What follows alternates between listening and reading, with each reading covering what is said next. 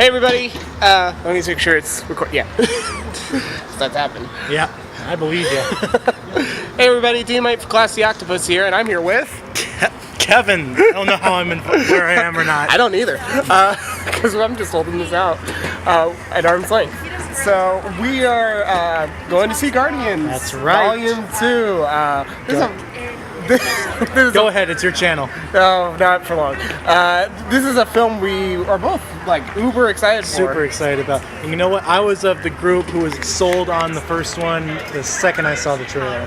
Yeah, It was like, and I had some of the best acting of my life convincing my friend to go see it because he was convinced he was not going to like it. Well, came out, favorite Marvel movie. So, I remember being split on the first one when it came to the trailers, and then my friend was having like a birthday party where she was taking all her friends to the movies, and it was awesome, and I loved it.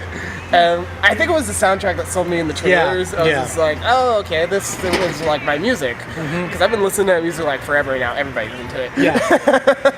But I remember immediately as like the credits rolled on the first one, I was like, I'm ready for what's ever next. Yeah. I'm ready, and so making a star out of Chris Pratt. Absolutely. And we thank the world for it. Absolutely. Because who doesn't love Chris Pratt at this moment? He's everything that I want to be with my life. Honestly, like, he's Chris Pratt. But yeah, love Vin Diesel. Love Dave Bautista. Man, so excited to get the role. He signed up for acting lessons the second he got the role because he wanted to do it justice. He killed. He has such a great dry humor that it's so good. He became my absolute favorite. And see, that's what I love about this movie is it's so hard to decide who my favorite even is. No, They're all so good.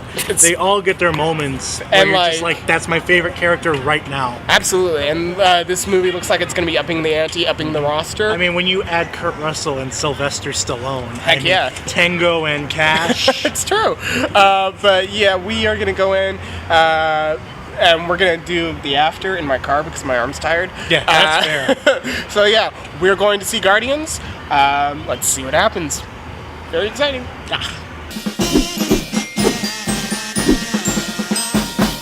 So, we're back. Yeah. That was awesome. That was a pretty good time at the movies. That was a solid film. Yeah, is definitely what I can say.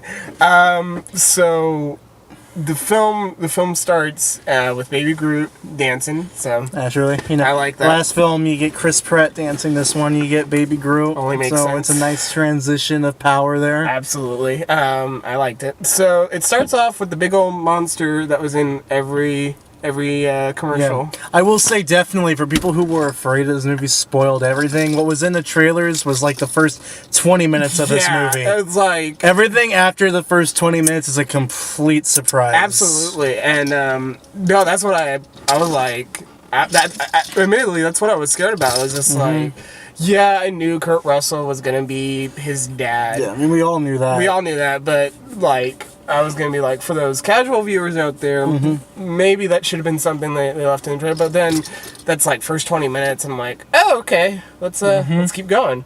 And immediately that makes sense with how this plot went. Yeah. So they defeat this monster for these people called the Sovereign. And whenever I see the word the Sovereign, I think of Venture Bros, because that was the title given for like the fictional David Bowie, because he was a shapeshifter and he was called the Sovereign. So I was really hoping. I wonder if that's a tribute. I was really hoping like that was somehow a tribute. The soundtrack had no Bowie in it, which personally, Bowie was supposed to play a role in this movie. Yeah, it was like Bowie was supposed to, it was like it was right before he passed too, and they came out with like that is a story about a week, 2 weeks later. I got so sad. Yeah. I got so sad when I found it because he really wanted to do it. He was like really excited to do it. But anyway, before I like start crying again, but we'll get to that. Freaking. So they defeat this monster for these golden people, which great makeup. Fantastic makeup. All these people are golden because they map out the DNA of every being on their planet, and they are called the Sovereign. And they have a death arcade, as I call it. Yeah. That's the proper thing to call it. Death Arcade, which Very I liked. entertaining. With all I feel like the extras had the time of their lives and with all working on those this movie. with all those old school sound effects. Like Galaga and everything. Yeah, it was fantastic. I was like, man, I just got off of work, but I'm right back there. Those extras had to have fun. Like, look at the screen. You can really tell how much James Gunn loves classic video games. It's like, for these extras, it's just like, look at the screen, pretend you're playing one of those immersive video games that they used to have at Grapevine, and, go wild. It had to have been fun, but anyway. So, big central point is Rocket takes these important batteries. Rocket Raccoon takes these batteries, and so the Sovereign comes after them and stays on them and whatnot. Meanwhile, Yondu is having what I thought was like my favorite arc. Because apparently in the Ravagers, which was like the people that Yondu was a part of, have a code, and he broke it. And so he's not part of the Ravagers anymore. Gets told off in his face by a Mr. Sylvester Stallone, which for the short time he was on screen, makes me so happy. Was awesome. I love that man. Yeah. So long story short, they escape the Sovereign with the help of somebody who ends up to be Ego, who also ends up to be Chris Pratt's dad. Which again, we're not spoiling anything because that was in all the trailers, 20 minutes, all the commercials, and that's in the first 20 minutes of the film. Literally, the first act hasn't even ended, and you get that. And so basically, what happens? I find it so funny that Kurt Russell was under Stallone in the credit. That is actually interesting. It was really interesting to me. I don't know what the story behind that is. It's probably just pay. Yeah, maybe. To be perfectly Who knows? Honest. Because let's face it. Stallone is an Oscar award-winning actor now. So... Well, no, he didn't win the Oscar. He won the Globe. Oh, he won the Globe, but still. Still. That's... Oscar nominated. Oh, yeah, so basically what happens is Ego shows up, tells Peter, I'm your dad, and Gamora's like, you should believe him, man. You should go with him. And so he, Gamora, and Drax all go to Ego's planet. Oh, wait. They talk about a story he used to tell her about how he used to tell his friends that David Hasselhoff was his father. And he had a magic car. And she said, you should go, and maybe he's your David Hasselhoff. Maybe he's your Hasselhoff. And I was like, I'm digging this. Hilarious. I'm digging this. That's the other thing, is like, there's a lot of, like, decent jokes in this. Yeah. Well, James Gunn knows how to write some quality jokes. Well, heck yeah. And a lot of them were like awesome, and I loved them, and they were great. And Drax is still amazing in this movie. Probably still my favorite in this. Freaking talked about that before. Drax was still hilarious in this film. You saw the stuff in the commercials, but like there's still some great. He gets some awesome moments. He does, and yeah, Baby Groot is awesome. Adorable. Although. I have an issue because they made Baby Groot cry 3 times in this film, and every time I was not okay with it. Yeah. I was like, this is not cool, guys. I'm not, but like... That's Disney, always taking small, cute things. I was like, this is not cool. It's like, stop doing this. But freaking... Okay, so Drax, Gamora, and Peter all go to Ego's planet, and he tells them the ways, while George Harrison plays... which I was cool with. It was some really like awesome CG like when they got on the planet. It was really pretty. That planet looked amazing. It was awesome. And freaking so they get there and like Ego's like, oh, we forgot to talk about the opening of this film. Like we talked about Groot, but like when we the opening.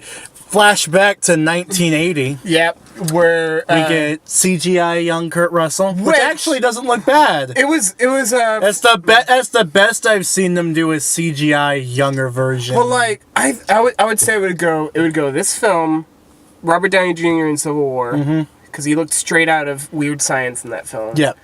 And then Michael Douglas in Ant-Man, which still looked good, but this one probably took the cake because man, like Literally, like they took Kurt Russell straight out of Tango and Cash. it really did. It Like, was honestly, just, it was amazing. He had the hair and everything. And I was it was insane. And like put an eye patch on him, and then we got Snake again. Yep. It was spooky. And like they got away to not like go back to that younger version, even though he has to basically explain his entire life. Yeah. They found a way to not like have you see CGI Kurt Russell again, so that you don't start seeing the CGI instead. Yeah. If you get what I mean, because like the longer you pan on that, Yeah. it's like Jeff Bridges in Tron. Even though the technology was not Yeah, there that yet. was like the demo reel for this whole idea. But like, admittedly, if there was one scene of Jeff Bridges in Tron Legacy being young, they probably could have got away with it. But it was a central plot line. And yeah, you could get away with the whole it's in a video game sort of thing, maybe, but... I feel like we shouldn't be talking about Tron. Sorry. Should we be talking about Guardians? Sorry, I get carried away with that. Shoot. Another video. For another video, yes. We should talk about Tron Legacy. We should just... Because there's so many things that work in that film and so many things that don't. It's true. Case in point, Daft Punk. Daft Punk made a movie. Daft Punk the movie. That's well, they did that before, but we're getting off topic again. Anyways. Shoot. But they go to Ego's planet. Ego explains, "Yeah, I'm basically a god," because he says lowercase g, a celestial, Celestial, yeah. which is a great word to use. Yeah. And You remember the last one when Benicio del Toro was talking to him about the Celestials, and he was like, look at this. and so Who's not in this movie, by the way? Yeah. Benicio del Toro does not return. Which is a shame. But he I love is him. coming back in Infinity Wars, I think. That makes total sense because he knows everything about Exactly. the stones. But yeah, they get to this planet. He's like, "I'm basically a god, lowercase g." That's basically what he said. That's actually what he said. That's literally the dialogue that he said. And he's like, "Peter, you are. This is Inyu, and you are." Yeah, he walks him through his whole den, and he has some really, really good effects. Yeah, it's like showing like it's like these like porcelain. Yeah, I have this giant living museum. Yeah, of my showing entire life. when I got to Earth and when I met your mother. Well, like the thing is that everything. he says like the first thing he remembers is he was just like a brain floating in the world, and he was able to manipulate the molecules around. I was like, this is a Stephen King novel right now.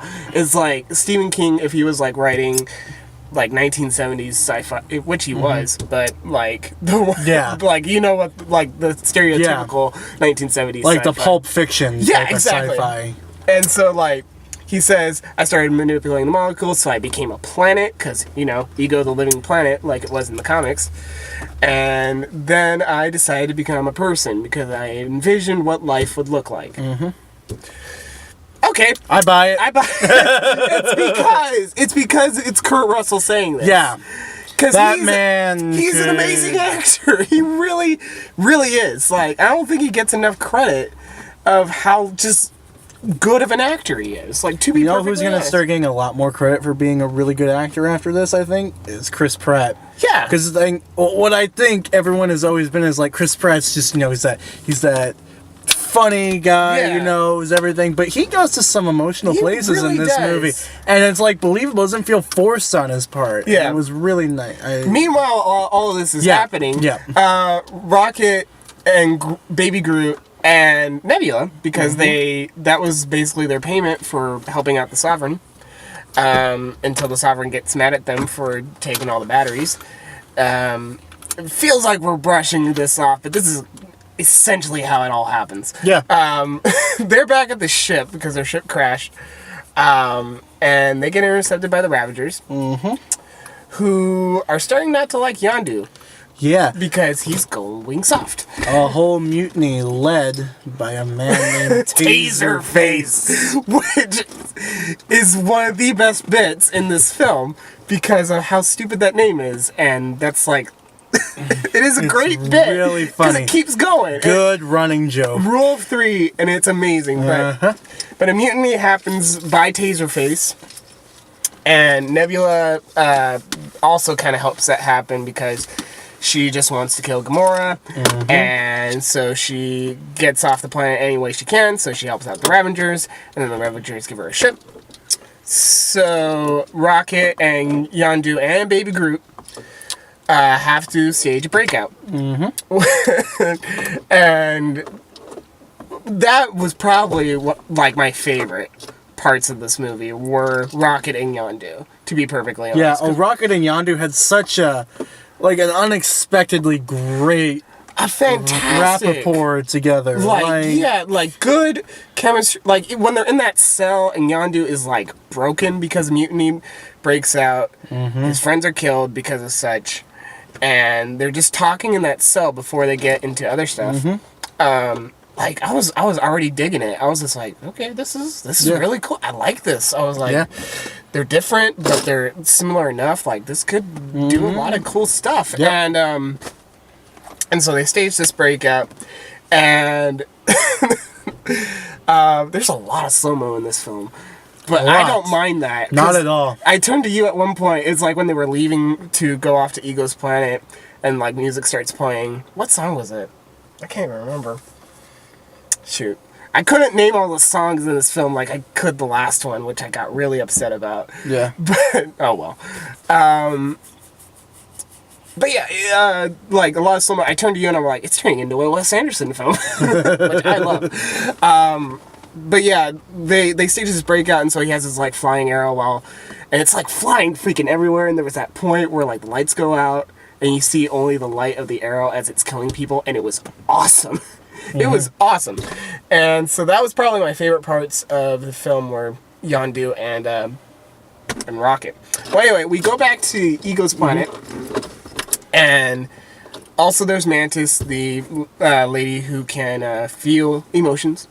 She can feel and she can plant emotions in other people. Which mainly is used to sleep. Yes. Make people sleep. Ego to sleep. Because he stays awake thinking about his pedigree. No, they didn't say pedigree. His son. Let's just say that. And then that leads to a scene where Ego talks to Peter, just confidentially, quoting the words of Brandy, the song Brandy. Kurt Russell's just reciting the lyrics to Brandy. I totally digged. I was just like, can we have like 2 hours of just him doing spoken readings of classic songs? Yeah, that would be killer. You know? I'd watch it. I would, like, freaking... So, they talk, it's like, I really want to be your dad and all that type of stuff. But something's being hidden because Mantis is acting scared. And so Gamora's like, we got to get off this planet. Even though she was the one that told Peter, you need to go with Ego. And so... Peter has the whole, oh, you're jealous, and I like you, but we won't talk about it. Which, I was just like, when that scene happened, I was just like, I'm sorry. It's just like, Yeah, I mean, it's overused, but the way they did it was okay. It was good. You know, it was good. It just still felt like everything came to a screeching halt when that scene happened. It just felt like we were slamming on the brakes, but it's okay. It was short, but whenever that sort of scene happens, I'm just like, we could do this a different way. Oh well. But oh well. It didn't bother me as much. But the biggest thing that they were driving home in that scene was that they are a family. And I turn to you and I go, Fast and the Furious! It's got Vin Diesel, so there's a connection. Yeah, like something's wrong with the planet. They gotta get out of there, because scary. But Peter doesn't want to go. Because he finds out his dad. Because he finds out he has his dad now. And he has this power. These powers where he can shape stuff. And he's also immortal. Yep. Because he's part celestial. Yep. So now we're going to get into spoiler territory. If you want to not listen to spoiler territory, if you understand anything that we've been saying, because admittedly we've been kind of all over the place. Some of the stuff that we've been saying is better seen than heard, I honestly, feel. Because there's a lot happening in this film. A lot of space jargon. This feels like when I was trying to explain Doom Patrol to like people, but... Actually, that worked. But anyway, again, we're going into spoiler territory. If you don't want to hear it, well, I'll put a thing here right now. Skip to here. and you'll be good. Let's talk about Ego's major plan. Yep. Which I was like, when he talked about like how we can steer the universe in that scene where they're like playing with their powers and whatnot, I was like, are they really gonna do this? Are they gonna do this whole like, I need to start the universe over? And they did. Yep. I was like, and it was awesome. It was so cool. Really cool. Like, they'd see Kurt Russell say, like, I'm gonna start the universe over. Yeah. So Peter is having this vision, and he's listening to everything. So he's basically gonna go through with it. And then it's revealed why Peter's mom died in the first film. Why she had brain cancer. Because Kurt Russell put the tumor in her head because he couldn't stop going back to her. Yeah, and that was so intense. And, like, there was a big audible "oh" in the theater. And it was one of the moments. And that's what actually snaps Peter out of this vision of eternity, which makes total sense. And they do the Hitchcock zoom, where the background becomes farther away while his face becomes closer, which is a proper use of the Hitchcock zoom, or Jaws zoom. I don't know what people call it anymore. Who knows? And then he just starts, firing the crap out of just lays into him. And it's a great moment. But then, Ego doesn't like that, so he basically tries to kill Peter. And then the rest of the Guardians come in, including Yondu, which is always great. I really did like Yondu in this film. Michael Rooker needs a lot of props for how amazing that man is. He's the guy who really needs to be getting more work from this film, because he did phenomenal in this film. So they come back and they realize, thanks to Mantis, that Ego has a core, because again, he was just kind of a floating brain before he became a planet. And so that brain is in the center of this planet, and they gotta get to it, and they gotta blow it up. So it's this big fight, basically, and it's awesome. The planet is like going insane. It's a bunch of awesome visuals. It's really, really cool, and all the Guardians are doing cool stuff. Yeah. And it ends up that, like, when Peter was, like, playing with his powers, he can only make a ball, and it's this really funny joke about him and his dad playing catch. Yeah. And Yondu, he tells Yondu about this because he gets in the ship. And he's like, you think I control my arrow with my head? And then they get cut off because their ship is getting torn apart, and then they see the center, and the only way to blow it up is to have Baby Groot get the bomb down there. And meanwhile, the Sovereign shows up again because they've been on their tail, and so, like, there's just problems left and right.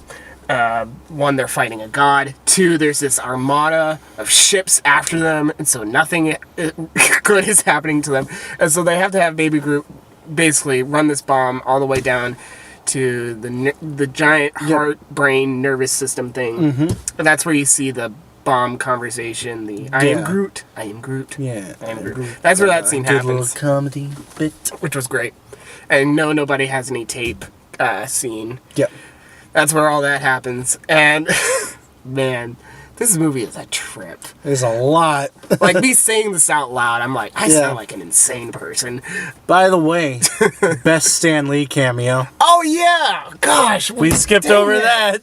Oh, crud. Best. So, when they're warping to Ego... We'll just say it like that. When they're warping to Ego, they go through all these different things, and I think we see a scene from Ragnarok. Yeah, the planet that Thor is on is Ragnarok. I definitely recognize. I think they pass the scene. and then they pass through another one. It's the Doctor Strange galaxy. And then they pass through one more, and it's 3 Watchers. Yes, Marvel Watchers, the guys who look over every alternate universe of Marvel, and they're talking to Stan Lee. In an astronaut outfit and everything. And he's talking about how he was a FedEx delivery man. Civil War. Yeah, and then he's like, this other time I was a spaceman. And, like... Best Stan Lee cameo, basically saying... confirm the whole fan theory. Yes, he's hopping from, like, universe to universe, which also means they are acknowledging like the non-Marvel studios Marvel movies over at the X-Men films. They are acknowledging the fact that he's been in all of these, which is awesome. They're fighting Ego, who's basically shapeshifting, going crazy. Mantis puts him to sleep because of his nervous system. It's weird. It is insane. It is hard to explain. And Peter finds the way to control his powers of shapeshifting. As Fleetwood Mac plays, which is always a winner in my book. And it goes out to this big old fight. Spaceships are going insane. It's a whole lot.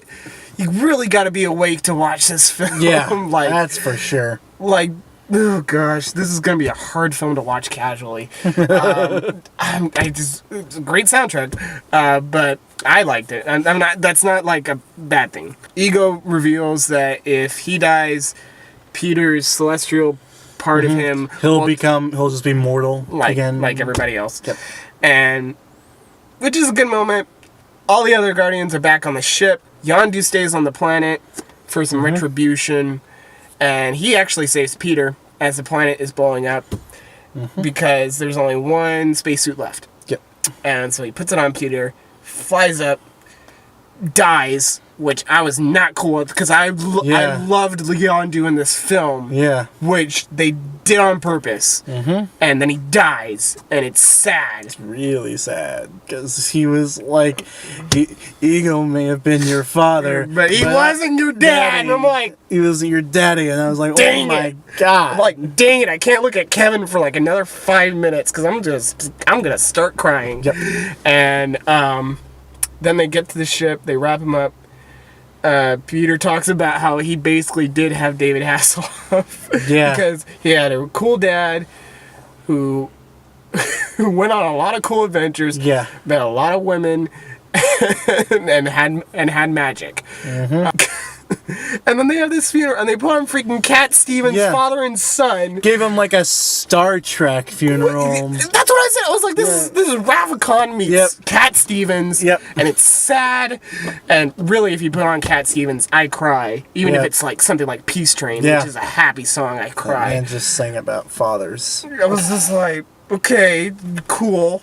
And then, yeah, you take this one. Gosh. And then all of the Ravagers time warp back here to where they're spreading Yondu's ashes into the galaxy. Yep. Right? Out into space. And everyone comes back. Meaning that he got a Ravager funeral. Which was the thing set up at the beginning when Stallone exiles him. And he's like, you think we took pleasure in exile? Like we said, there's a lot happening. There's a lot to follow. Oh, and they're setting up stuff. They are, because Nebula's like, I gotta go kill Thanos. That's how, because Gamora's all like, there are young girls just like you and we can help you. And she's like, the way I help them is by killing Thanos. Yeah, and so that's Infinity War. I'm pretty sure that's how they're gonna get wrapped. I am so excited to see how they get to Earth, though, in Infinity War. Yeah, that was the other thing, is like, when Ego sets off these things that will make him part of all these planets, this big old blue glob basically starts to blow up in Missouri and starts to eat everything.